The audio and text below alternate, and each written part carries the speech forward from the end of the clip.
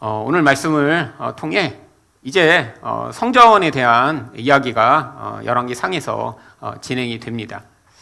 그런데 이 성전이라고 하는 주제는 이 구약 성경에서 사실 가장 중요한 주제 중에 하나죠. 구약 전체를 몇 개의 단어들로 우리가 요약을 해서 살펴보자고 한다면 구약 성경을 가장 처음으로 이야기하는 단어 중에 하나가 바로 창조라고 하는 단어입니다. 창세기를 열자마자 창조 이야기가 시작되죠. 근데 이 창조가 사실은 성경뿐 아니라 모든 사람들에게도 또 너무 중요한 이야기입니다. 인간은 내가 어디서 도대체 왔는가에 대한 궁금증과 또 그것에 대한 이유를 알고 싶어 하죠. 내가 정말 우연히 생긴 존재인가? 내가 정말 진화의 결과로 만들어진 그냥 물질에 불과한가? 하지만 인간은 거기서 멈출 수 없고 뭔가 자신의 근원에 대한 진짜 이유를 알고 싶어 합니다. 아니 그게 아주 가깝게는 만일에 내가 내 부모님을 알지 못하는 그런 사람이라면 자기 부모님을 찾고 싶은 그 열망을 갖고 있죠. 가끔씩 보면 해외에 이렇게 입양된 아이들이 있습니다. 수십 년을 거기서 양부모가 잘 키우고 또 거기서 성공한 사람도 나중에 되면 한국에 와서 자기 부모님을 찾고 싶어 해요. 자기를 그렇게 어떤 상황을 통해 키우지 못하고 버린 부모님이라고 하더라도 자기 뿌리를 알고 싶은 거죠. 근데 단순히 그런 내 직접 친부모를 찾고 싶은 열망 이면에 우리가 도대체 어디서 왔는가에 대한 그 궁금증을 우리는 해결하고 싶은데 그 답을 성경이 주고 있습니다. 근데 이 창조 다음에 바로 나오는 이야기가 바로 타락입니다. 이렇게 하나님이 멋지게 창조하셨는데 인간이라는 존재가 왜 이 모양 이 꼴로 이렇게 살게 되었는가? 여러분, 우리도 사실 우리가 그런 완전한 존재이길 원하지만 사실 얼마나 많은 문제를 가지고 살아갑니까? 근데 그 이유가 나만 잘못이고 내 부모 때문에 내가 이렇게 됐고 그런 게 아니라 그 인간의 근원적 이유에 대해 성경은 이야기를 하죠. 근데 이 타락과 말미암는 이 죄악의 이야기가 성경에 정말 일관되게 계속되는 이야기 중에 하나입니다. 근데 성경이 여기서 끝났다면 정말 절망적이죠. 아니 너는 이렇게 죄인이고 이제 끝이다. 문제가 많다. 이걸로 끝나면 얼마나 정말 안타까운가요? 근데 바로 성경에서 그 다음 가장 중요한 주제인 바로 이 언약에 대한 이야기가 나옵니다. 여러분 이 언약이 얼마나 중요한지 여러분 우리가 성경을 사실 성경이라고 부르지만 이 성경을 일컫는 두 개의 큰 내용이 바로 뭐죠? 구약과 신약입니다. 신약. 근데 구약이라는 게 뭐예요? 이게 언약에서 나온 의미죠. 옛날의 언약, 그 다음에 새로 나오는 언약. 이 두 가지를 합쳐서 사실 언약이라고 부르는 거예요. 그러니까 성경 전체에 창조됐고 이제 타락했어요. 근데 거기서 끝이 아니라 우리에게 이제 성경이 진짜 이야기하고 싶은 이야기인 이 언약에 대해 이야기를 하고 있죠. 근데 이 언약만큼이나 성경이 그 다음에 중요하게 이야기하는 이야기가 성전의 이야기입니다. 성전. 이 두 가지는 세트예요, 사실은. 여러분, 이 언약의 핵심은 율법입니다. 율법. 율법이란 게 뭔가요? 이렇게 그 언약으로 말미암는 그 결과, 이 언약의 결과가 하나님이 축복을 약속하셨거든요. 근데 이 축복이란 건 너무 좋은 거고 꼭 얻어야 되는 건데 이 축복을 얻지 못하면 그냥 평범하게 사는 게 아니라 저주를 받게 되어 있습니다. 그러니까 두 가지 상태밖에 존재하지 않는 거예요. 축복 아니면 저주예요. 그러니까 저주 아래에 있는 자가 바로 이 타락의 결과로 우리는 다 저주 아래에 있는데 이 저주 아래에 있는 자가 반드시 축복을 얻지 않으면 안 되는 상황인데 근데 그 축복을 위한 조건을 뭐라고 주셨냐면 율법이라고 주신 거예요. 율법. 하나님이 구약에 있는 이 율법들을 우리에게 주신 뒤에 이 모든 율법을 항상 지키는 자는 어떻게 된다? 이 타락의 상태로부터 벗어나 이제 축복을 누리게 된다라고 구약에 약속하셨죠. 근데 문제가 있습니다. 여러분, 모든 율법을 항상 다 지킬 수 있나요? 그래서 하나님이 구약에 이 모든 율법을 지키지 못하여 저주에서 벗어나지 못하는 자들을 위해 성전이라는 걸 그때 주신 거예요. 성전을. 여러분, 성전은 뭔가요? 성전이 가장 핵심되는 내용은 바로 그 성전을 통해 이 축복을 얻을 수 있는 길이 있지만 이 타락된 자들이 율법을 지키지 못함으로 이 성전에 나아갈 때 반드시 뭐를 거치게 되어 있었나요? 제사를 통해 하나님께 나아갈 수 있었습니다. 여러분, 그래서 성전의 가장 중요한 기능 중에 하나가 제사입니다. 제사. 성전은 실제로 보면 굉장히 규모가 작아요. 이제 우리가 다음 주에 이 성전을 우리가 아주 자세하게 살펴보게 될 것입니다.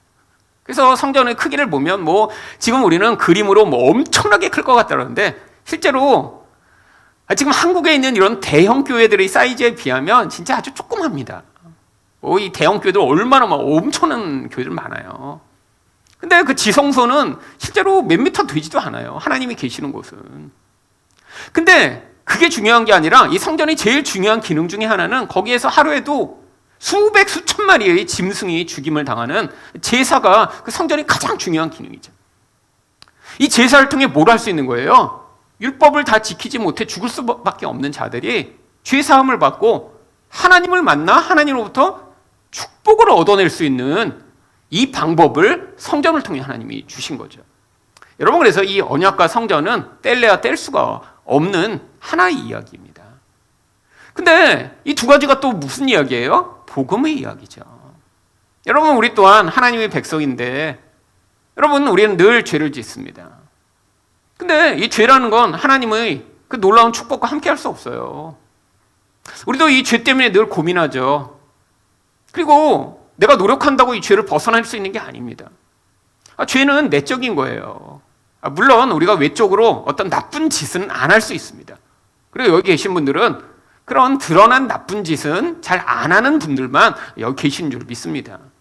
하지만 우리도 마음에는 다 이 죄의 영향력에서 벗어날 수 없는 자들이에요. 들키지 않을 때, 또 아무도 모를 때, 그리고 걸리지 않는다면 얼마든지 이런 악한 짓도 할 수 있는 자들이지만 그 선을 넘을 때 어떤 결과가 나타나는 것을 아는 자들은 그냥 그 선 이면에 머물고 있는 것이죠. 하지만 하나님이 우리를 판단하시는 기준은 우리가 어떤 행위를 했냐 아닌가가 아닙니다.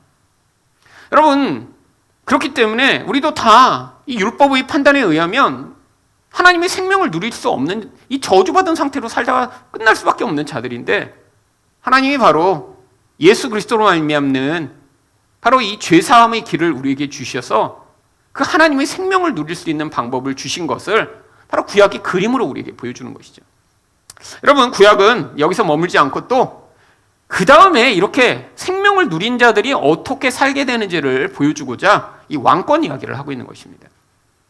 여러분, 하나님 나라는 민주공화국이 아닙니다. 지금 우리가 민주주의 사회에서 너무 오래 살면서 이 하나님 나라도 대충 그런 줄 알아요. 여러분, 이런 사람들의 착각을 가장 잘 보여주는 게 기도할 때 자기 의견을 자꾸 하나님께 아뢰는 거예요. 여러분, 민주주의에서는 그게 가능하죠. 뭔가 민원이라고 하잖아요. 민원. 내가 원하는 걸 자꾸 아뢰고요. 그래서 자기 이익을 얻어내고자 열심히 하는데 그거를 한국 같은 사회에서는 열심히 하는 사람들이 모여서 막 하면 막 이루어집니다. 왜요? 다 이권관계가 서로 물려있기 때문에. 그래갖고 우리 이거 해주세요! 막 데모하고 막 싸우고 막 글 올리고 막 하다 보면 이루어져요. 여러분, 하나님 나라는 그렇지가 않습니다. 하나님 나라는 사실 독재예요, 독재. 우리가 싫어하는 독재예요, 우리가 싫어하는. 여러분, 하나님 나라 백성은 왕권이라고 하는 하나님의 통치 안에 사는 곳을 하나님 나라라고 부르는 거예요. 여러분, 우리가 아무리 하나님께 하나님 이거 해주세요, 저거 해주세요, 아무리 열심히 불쌍한 척 기도해도 그게 하나님의 뜻에 맞지 않으면 하나님 하나도 안 들어주세요. 오히려 하나님이 우리에게 요구하시는 게 뭔지 아세요? 하나님의 뜻에 너희가 맞춰. 그래서 내가 너 안에, 너가 내 안에 있으면 무엇이든지 구하라. 그럼 어떻게 돼요? 다 이루어집니다. 다. 근데 우리는 거기서 이걸 착각해요. 내가 이렇게 열심히 간구해서 뭐든지 다 이루어지면 얼마나 좋을까? 그래갖고 내가 열심히 간구해서 마치 하나님의 뜻을 나에게 맞추려고 해요. 하나님, 이게 맞지 않아요? 여러분, 이걸 지금 착각하고 살아가고 있는 것입니다. 여러분, 근데 바로 이런 온전한 하나님의 축복 가운데 있는 자들이 누리는 삶을 여기서는 왕권으로 우리에게 그림으로 설명하죠. 자, 그리고 이게 구약에서는 이루어지지 않았으니까 앞으로 이제 새로운 세대가 임하면 이제 이런 일들이 다 이루어질 것이다라고 구약의 마지막 부분에 예언서를 통해 우리에게 그림으로 보여주고 있는 거예요. 이게 구약 전체 이야기입니다. 여러분 지금 창세기부터 말라기까지를 다 들으신 거예요. 10분 내로 이미 다 구약을 한번 우리가 섭렵을 했습니다. 여러분 왜 이제 이것들을 알려드리냐면 우리가 성경이라고 하는 걸 너무 많은 얘기들이 들어있으니까 누군가한테 설명할 때 여러분 이렇게 몇 개의 단어로 설명하실 수 있으면 여러분은 굉장히 잘하시는 거예요. 여러분 요즘 AI가 이런 거 해주잖아요. 근데 AI는 이거 요약하라고 그러면 이렇게 잘 못합니다. 그 안에 있는 영적 흐름을 잘 잡아내질 못해요. 표면적인 건 알죠. 여러분 그래서 이 하나, 둘, 셋, 넷, 다섯, 여섯 단어만 여러분 알고 계시면 누군가한테 구약이 뭐야 그러면 이 6단어로 설명할 수 있는 거예요. 하나님이 인간을 만드셨는데 타락해서 죄 가운데 저주받아 죽을 수밖에 없는 자들을 하나님이 약속하셔서 이런 축복을 주시겠다고 했는데 인간은 여전히 우리 힘으로는 절대 그 축복을 받아낼 수 없어서 하나님이 성전을 통해 죄사하는 길을 알려주셨고 이제 그렇게 죄사함을 받은 자들이 하나님의 통치를 받아 하나님이 우리를 완전히 다스리시는 그 하나님 나라에 살게 되며 구약에서는 그게 안 이루어지고 모형으로 보여주신 뒤에 앞으로 그런 나라가 임할 것이다라는 것을 예언을 통해 가르쳐 주셨다가 구약 전체 이야기입니다. 근데 우리가 지금 보고자 하는 내용이 뭐예요? 그 중에 바로 이 성전이라고 하는 거예요. 그러니까 이 성전 이야기가 얼마나 중요한가를 여러분한테 지금 설명하고자 지금 이 구약을 지금 설명을 드린 것입니다. 여러분 성전하면 되게 고리타분하고 재미없는 것 같지만 이 언약과 성전은 그래서 구약 성경의 가장 중요한 두 축입니다. 아까 말씀드렸지만 언약이 얼마나 중요한지 성경 전체를 구약과 신약이라는 것으로 바꾸었고요.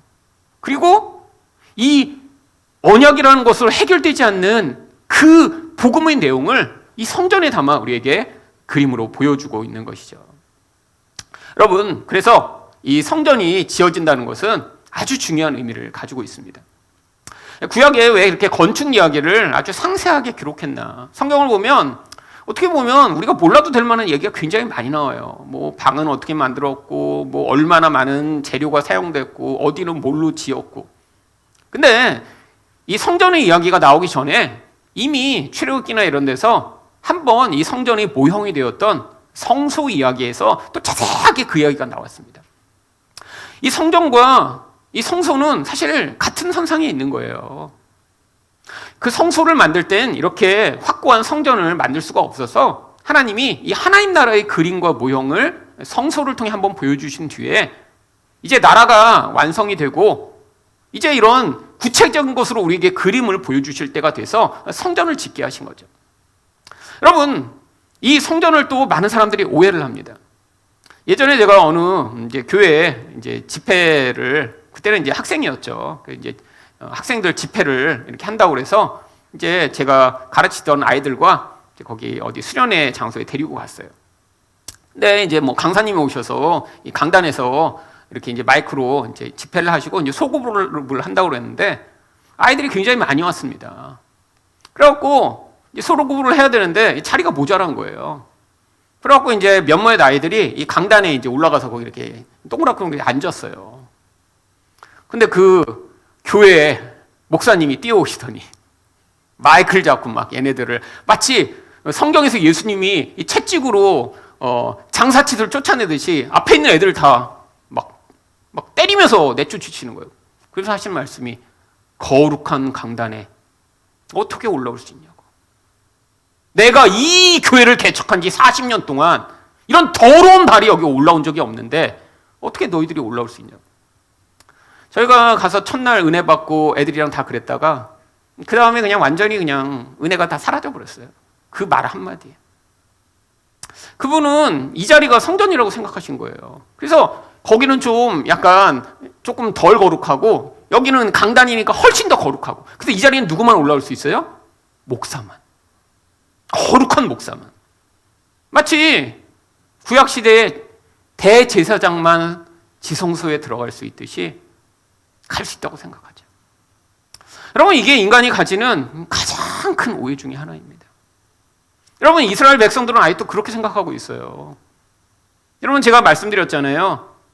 지금 이스라엘에 가면 옛날에 성전이 있던 자리가 다 회파되고요. 거기 이스람 사원이 있습니다. 또 얼마나 멋있게 지어놨는지 그 이스람 사원 꼭대기를 다 황금으로 발라놨어요.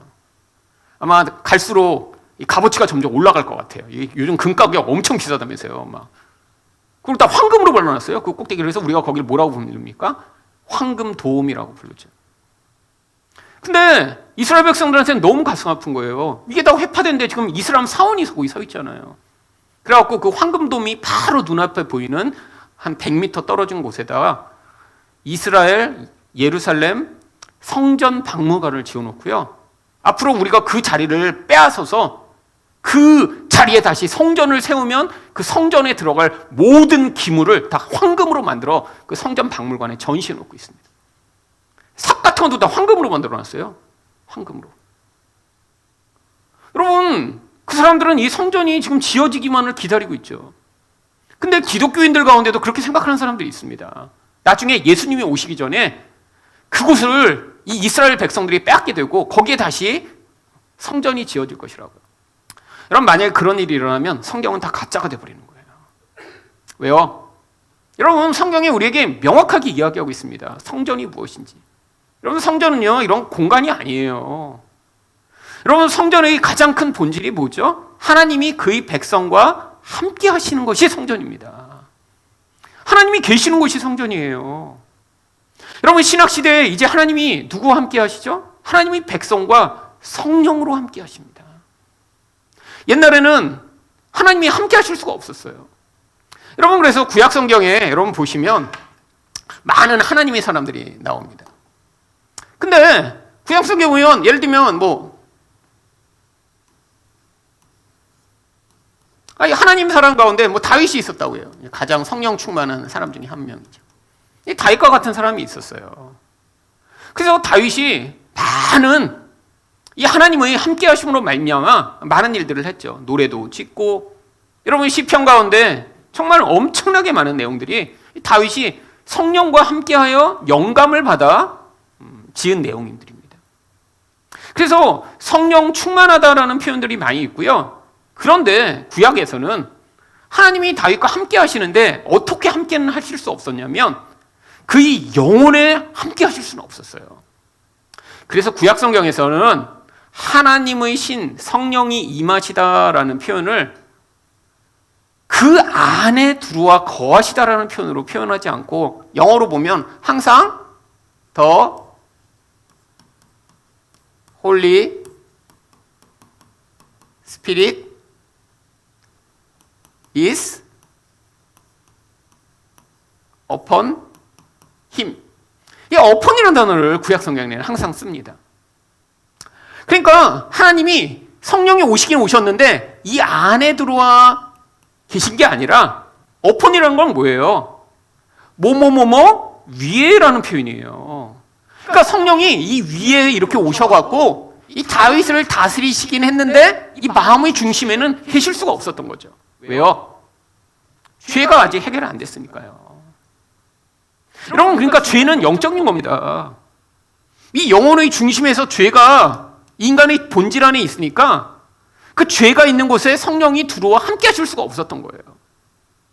근데 신약 성경만 돼도 이게 바뀌어버립니다. 여러분, 신약에서는 이 단어가 완전히 바뀌어요. 이게 아니네 또.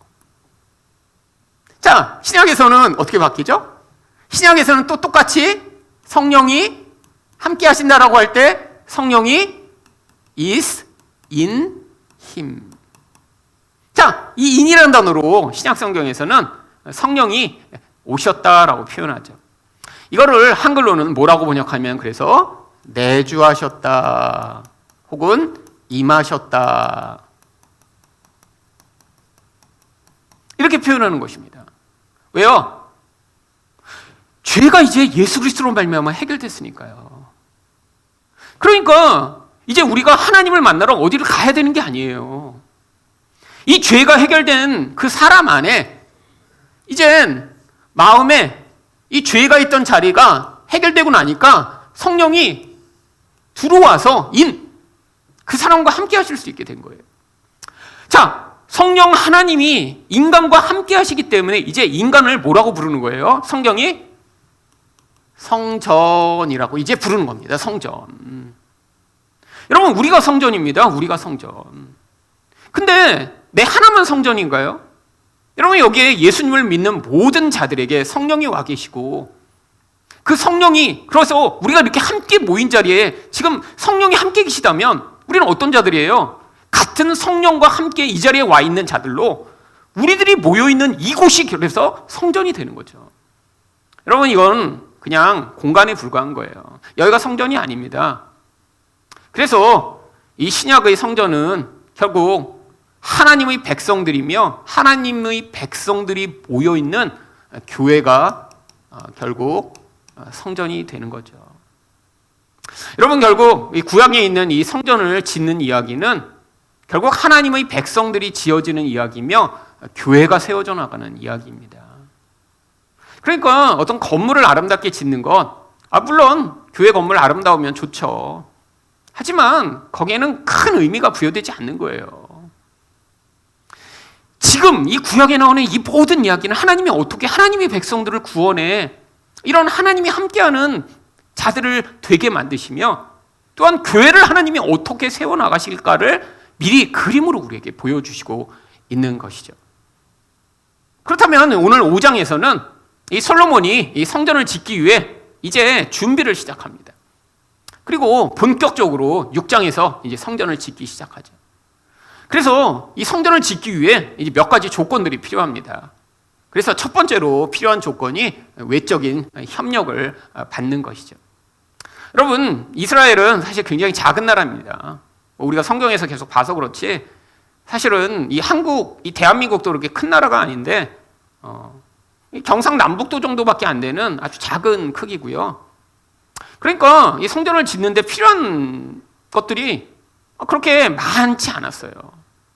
그래서 그때 많은 협력을 받습니다. 특별히 성경은 그 협력자를 두로의 히람이라고 하는 사람을 이야기를 하고 있죠. 1절 말씀을 보겠습니다. 솔로몬이 기름 부음을 받고 그의 아버지를 이어 왕이 되었다 함을 두로왕 히람이 듣고 그의 신하들을 솔로몬에게 보내었으니 이는 히람이 평생에 다윗을 사랑함이었더라. 여러분, 이 두로라고 하는 나라는 성경에서 원래 이 세상의 나라를 대표하는 나라로 자주 등장합니다. 근데 이 다윗과 솔로몬과는 사이가 좋았어요. 그때까지만 해도. 이후에는 이 두로란 나라가 이제 마치 이제 변절하여 이 이스라엘과 굉장히 적대적인 관계를 갖게 되는데 이때만 하더라도 관계가 좋았습니다. 근데 왜 관계가 좋을까요? 여러분, 이 두로라는 나라는 아주 작은 나라입니다. 근데 이 작은 나라가 살아갈 수 있는 방법이 있어요. 바로 중개무역이에요. 중개무역. 외부로부터 들어오는 그런 물자를 갖다가 수출하고 또 수입하고 중간에 그걸 나르고 이스라엘 북쪽에서 그 역할을 계속했던 거예요. 다윗 때 이제 나라가 강성해 가니까 이 다윗과 함께 붙어서 이 다윗을 통해 자기 이익을 취하려고 했는데 그때 그 다음에 이 솔로몬이라는 왕이 세워지니까 이 솔로몬과도 협력하고자 합니다. 자, 이 두로의 그림을 한번 보시죠. 이스라엘도 그렇게 큰 나라가 아니에요. 이스라엘도 지금 이게 다윗 왕 때 가장 넓은 지역을 다스릴 때를 그림으로 그린 것입니다. 근데 이 두로라는 데는 요 북쪽에 아주 작은 지역을 가지고 있고요. 그래서 요 바다에 여기가 이제 지중해입니다. 지중해에서 이 물자를 가지고 외부에서 오는 거를 나르고 하는 이 역할을 하던 아주 작은 나라예요. 지금 얘기하면 도시국가에 불과한 나라입니다. 도시국가. 근데 이 나라를 통해 지금 이 솔로몬과 평화를 맺으며 이 솔로몬에게 협력하겠다고 지금 하고 있는 거예요. 그러니까 솔로몬이 요청합니다. 뭐라고 요청하죠? 내가 내 하나님 여호와의 이름을 위하여 성전을 건축하려 하오니 당신은 명령을 내려 나를 위하여 레바논에서 백향목을 베어내게 하소서. 내가 당신의 모든 말씀대로 당신의 종의 삭슬 당신에게 드리리이다. 여러분, 성전을 지을 때 사실 가장 중요한 기초가 나무였습니다. 나무. 뭐 옛날에 뭐 지금처럼 이런 건축 자재가 없기 때문에 이 나무 중에 가장 좋은 나무는 바로 곧게 아주 튼튼하고 곧게 솟은 나무죠. 근데 아까 그림에서 잠깐 보셨지만 이스라엘 이쪽은 광야가 많습니다. 이쪽으로 갈수록 사막이에요. 여기는 사막입니다. 그리고 여기는 조금 풀린 게 있지만 그렇게 비옥하지는 않고 이스라엘의 이 북쪽으로 갈수록 이 산이 있으면서 여기는 나무 그림이 있죠. 여기가 엄청나게 크고 좋은 건축 자재가 나는 백항목들이 있는 그런 곳이죠. 그러니까 지금 여기서는 건축 자재를 구할 수가 없는 거예요. 뭐 조그만 집 같은 건 지을 수 있지만 이런 큰 성전, 궁궐을 짓는 데는 이 나무들이 반드시 필요했던 것입니다. 그래서 사실 이 두로왕 히람한테 요청하죠. 근데 그냥 달라고 했나요? 뭐라고 얘기해요? 당신의 종의 삭슬 당신에게 드리리이다. 대가를 주고 그 모든 것들을 얻어냅니다.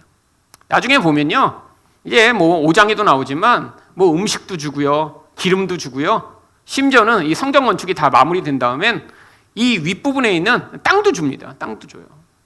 그래서 대가를 충분히 치르고 여기 있는 거를 도와달라고 요청한 거예요. 여러분, 왜 이 열왕기상 5장에 이렇게 세상 사람의 대표인 히람을 통해 이 모든 것들을 공급받고 협력을 받는 이야기가 기록되어 있나요? 결국 이게 우리에게 그림으로 모형을 보여주는 거죠. 여러분, 하나님 백성들이 이 세상을 살아가며 사실 가장 중요한 것이 뭔지 아세요? 바로 우리가 어떤 사람이 되는가가 아니라 우리가 성전으로 지어져 가며 또한 개개인이 성전으로 지어져 가며 다른 사람들을 성전으로 함께 지어 우리가 하나님과 함께하는 그런 교회, 하나님이 거하실 만한 교회가 되는 것이 우리 성도의 가장 중요한 목적입니다.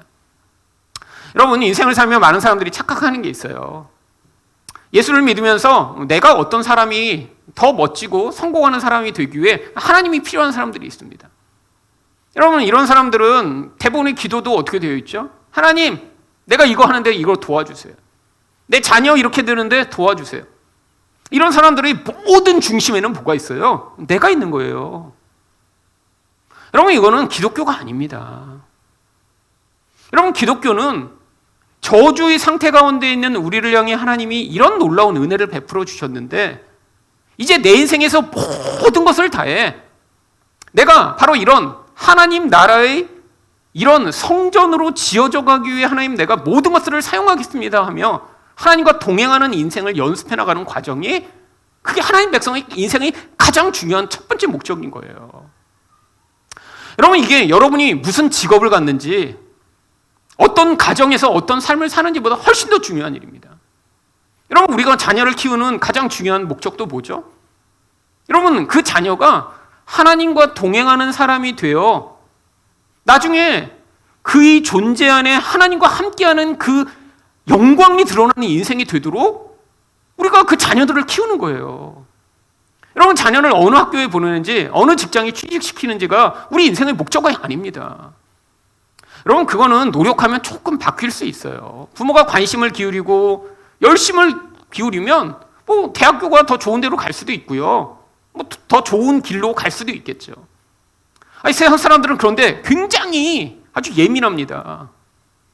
여러분, 요즘에 이 강남 뭐 멀지도 않아요. 우리 교회가 위치해 있는 이 라인, 여기가 한국에서 가장 교육열이 센 데잖아요. 이 곳에 있는 엄마들의 유일한 관심은 자기 자녀가 더 좋은 길에 가는 거예요. 더 좋은 학교 가고. 그래갖고 유치원 때부터 그 아이들을 막 어느 학원 보내는지. 근데 우리가 보면 이렇게 뭐 아무 학원이나 이렇게 학원 많으니까 보내면 될 것 같은데 이것도 놀라운 고급 정보라 아줌마들끼리 서로 물어보지도 않고요. 이게 불문율이래요. 아이가 어느 학원 다니는지 물어보면 안 된대요. 그럼 고급 정보기 때문에 아무나한테 이렇게 줄 수도 없고 물어보면 엄청나게 무례하게 취급받는데요. 왜냐하면 어느 학원에 어느 반에 있는지에 따라 그 아이가 이제까지 어떤 과정을 거쳐서 거기 왔는지가 다 드러나고 그러니까 그게 계급이 돼버리는 거예요. 그래서 어느 학교 다니는지까지 물어볼 수 있는데 어느 학원에 다니는지 물어보면 여기서는 왕따 당한대요. 이상한 세상 아니에요?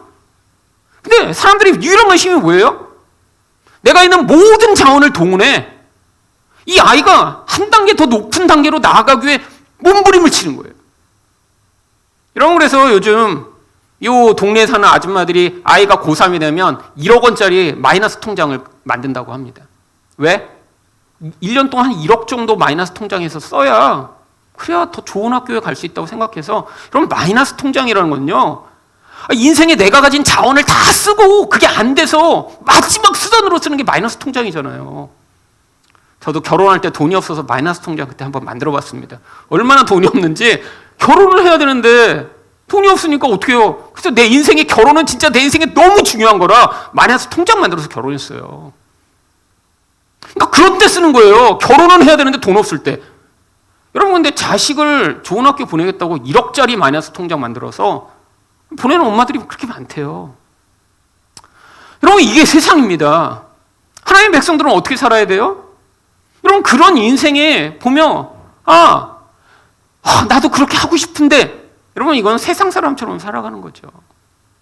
여러분, 이 히람이 가진 그 멋진 자원들을 동원해 이 솔로몬이 했던 가장 중요한 일이 뭔가요? 성전을 세우는 것이었습니다. 여러분, 하나님의 백성이 해야 될 가장 중요한 일은 우리에게 주어진 모든 자원을 동원해 우리 자녀, 내가 만나는 사람들, 아니 그리고 나도 이런 하나님의 성전으로 지어져 가기 위해 몸부림치는 것이 이게 가장 중요한 일이죠. 여러분, 정말 중요한 가치가 뭔가요? 여러분, 내가 정말 하나님 안에서 모든 자원을 동원해 내 인생 가운데 내가 구원받는 하나님과 함께하는 사람이 되는 거예요. 근데 거기서 끝나지 않고 나를 만나는 그 다음 모든 사람들이 함께 성전으로 지어져가 우리가 하나님과 함께하는 그런 사람이 되어가는 거예요. 여러분 안에 이 목표가 확실하시다면 여러분과 여러분의 자녀, 여러분 만나는 모든 사람들을 위해 여러분이 사용하는 시간, 돈, 기회, 노력이 바로 그 성전을 짓기 위한 목적으로 아름답게 사용될 것입니다. 사실 이게 바로 성전을 위한 두 번째 준비와 연결됩니다. 두 번째 조건은 무엇인가요? 내적인 헌신입니다. 여러분, 이 성전이 지어지는데 그냥 뚝딱 지어지나요? 아니에요. 성전을 짓기 위해 엄청나게 많은 사람들이 동원됩니다. 그래서 역군이 3만 명, 역군만 필요한 게 아니에요. 짐 짓는 사람이 7만 명, 돌 뜨는 자가 8만 명, 감독하는 사람이 3,300명. 18만 명이 넘는 사람들이 이 성전을 짓는 데 동원됩니다. 여러분, 이스라엘에 당시에 일할 만한 그런 남자가 100만 명이 안 됐어요, 솔직히. 근데 여러분, 그 중에 5명 중에 1명은 여기에 다 참여해서 지금 나라 전체가 이 하나에 다 지금 동원된 거예요. 왜요? 이게 바로 모든 사람들이 이 일을 위해 어떻게 헌신하는가를 보여주는 것이죠. 여러분, 우리 인생에 사실 우리가 가장 헌신하고 애써야 할 대상이 바로 이것입니다.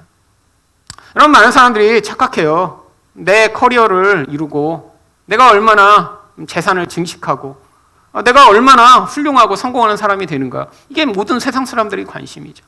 하지만 하나님 백성들이 헌신하고 애쓰고 정말 목표해야 되는 가장 중심의 본질은 바로 우리를 통해 이 성전이 지어져 가는 것입니다. 여러분, 여러분이 그런 목적을 가지고 인생을 살고 계시다면 하나님이 여러분에게 기회를 주시고요. 또 여러분에게 주신 그 모든 일들이 그런 헌신을 통해 여러분 한 사람 한 사람이 여러분 자신 또한 하나님과 함께하는 성전이 되어갈 뿐 아니라 여러분을 통해 정말 그런 성전들이 도처에 세워져 나가는 놀라운 하나님의 역사가 이루어지게 되는 것이죠. 여러분, 이런 마음이 없이 사는 사람은 내게 어떤 기회가 주어지던 어떤 상황이 주어지면 그 속에 자기를 기쁘게 할 그 일을 위해 몸부림치며 살게 됩니다. 사실 지난 우리가 성탄헌금, 여러분들이 정말 또 많이 헌금하셔서 정말 2천만 원이나 헌금을 하게 됐습니다. 그런데 그 헌금이 끝난 뒤에 제가 어느 이제 집사님과 전화를 하며 통화를 하는데, 우리 교회에 지금 다니시지 않는 분이죠. 근데 제가 이제 우리 교회에 올해 이제 또 이렇게 이런 일들이 있었고, 또 우리 부활절 헌금은 이렇게 사용되고, 또 성탄 헌금은 이렇게 사용돼서 캄보디아에 우리가 이렇게 2천만 원 헌금을 했다. 그리고 제가 그 캄보디아 갔다 온 그 간증을 이제 그 집사님과 나누었어요. 그랬더니 그때 그 집사님이 그 얘기를 하시는 거예요. 사실은 지난 12월에 내가 3천만 원 적금을 탔다고. 근데 이분이 그 적금을 가지고 뭐를 하시고 싶었냐면 그 적금을 딱 받았는데 이걸 하나님이 나한테 무슨 일을 위해 쓰도록 하시지 않을까라는 마음이 드셨다는 거예요. 그리고 그걸 가지고 있는데 저랑 딱 통화를 하는데 여기구나 마음에 감동이 드신 거예요. 그래서 그때 그 3천만 원을 저희 교회에 보내셔서 이번 성탄 헌금이 5천만 원이 넘게 된 것입니다. 여러분 3천만 원 큰 돈이죠. 차 바꿀 수 있는 돈이고요. 그렇잖아요. 3천만 원 있으면 저도 3천만 원 꽁돈이 생기면 차 바꾸고 싶죠. 그럼 우리 다 그런 마음이 있지 않아요? 내가 1억 원이 생기면 뭐 하고 싶고 10억 원만 있으면 집을 바꾸고 싶고. 여러분 우리 인생의 목적이 만약에 그런 것이라면 내게 무슨 기회가 주어지고 힘이 주어지면 우리 얼마든지 할 수 있습니다. 여러분 그런데 나중에 시간이 지나 돌아보면 어떤 결과가 나타날까요? 여러분 좋은 차 바꿔도 그거 몇 년 안 갑니다. 그리고 그렇게 몇 천만 원짜리 차를 바꾸실 수 있는 분은 이전에 타던 차도 좋은 차예요. 대부분 더 좋은 차를 타고 싶죠. 근데 거기서 더 좋은 걸 바꾸고 싶은 거죠. 근데 인생이 그렇게 살아가면 내 인생에 주어진 모든 거는 어떻게 돼요? 조금 나의 삶을 업그레이드 시켜갖고 내가 보는 가장 멋지고 아름다운 그 자리로 나아가기 위해 인생을 계속 살아가는 거예요. 우리 자녀 조금 업그레이드 시켜갖고 더 좋은 데로 나아가고자 몸부림치는 거고요. 여러분 근데 나중에 시간이 다 지나고 생각해 보세요. 왜 이 성전이 중요한가요? 하나님 나라는 영원한 것입니다. 나중에 하나님 나라에 우리가 가게 돼서 하나님이 우리 인생을 바라보시며 무슨 이야기 하실까요? 야, 너 인생에서 그렇게 좋은 집 살았더라. 야, 정말 잘했어. 야, 너 그렇게 애쓰고 노력해서 네 자녀 그렇게 성공시켰더라. 너무 잘했구나. 여러분 하나님이 그런 이야기를 하실까요? 야, 너 때문에 정말 하나님 나라가 확장되고 성전이 세워졌구나. 여러분 지난주에도 사실 어떤 집사님이 하시는 헌금으로 아프리카에는 어느 마을에 어떤 목사님이 이제 아프리카에 교회가 세워졌는데 의자도 없어갖고 흙바닥에서 예배 드리신다는 기도 편지를 받고 어느 집사님한테 말씀드려서 헌금을 보내드렸습니다. 그래서 그 선교사님이 의자를 사다가 차에 싣고 흙바닥이던 그 교회에 의자를 갖다 드린 거예요. 여러분 엄청 큰 돈 아니었어요. 100만 원이었습니다. 근데 이 아프리카는 자기가 의자도 만들지 못하니까 유럽에서 수입하는 중고 의자, 우리가 여기 놓으라고 그러면 쓰지도 않은 의자예요. 그렇잖아요? 유럽에서 사람들이 몇십 년 쓰던 그런 의자인데 튼튼하대요. 그러니까 아프리카까지 보냈겠죠. 근데 그 의자를 몇십 개를 사다 드렸는데 온 성도들이 막 기뻐하며 춤을 추며 하나님을 찬양했다는 거예요. 그리고 그 사진을 같이 찍어서 보내주셨습니다. 여러분 우리 100만 원 별거 아닌 돈이잖아요. 근데 그 돈이 아프리카에 그 성도들이 함께 모여 예배하고 세워지는 그 일에 사용되는 거. 여러분 나중에 우리가 하늘나라에 가면 그런 걸 경험하지 않을까요? 여러분 그 성도들 만나게 될지도 몰라요. 여기서는 못 만나죠. 우리는 사진을 보고, 하지만 그 중에 성도가 와서 당신의 기도와 당신의 헌금으로 이 교회가 세워지고 내가 예수를 믿었습니다. 여러분 우리 인생의 방향이 어디에 있는가가 중요합니다. 여러분 이 성전을 준비한 것처럼 우리 인생이 이렇게 성전을 세우고 하나님 나라를 세우는 일에 사용될 수 있도록 우리가 우리 인생의 목표의 방향을 정하고 여러분이 살아가실 때 하나님이 여러분에게 기회를 주시고요. 여러분의 인생이 그 놀라운 열매를 맺는 인생으로 살도록 축복하시리라 믿습니다. 하늘사랑교회와 우리 교회 모든 성도가 이렇게 성전을 세우는 인생으로 살아가게 되시기를 예수 그리스도 이름으로 축원드립니다.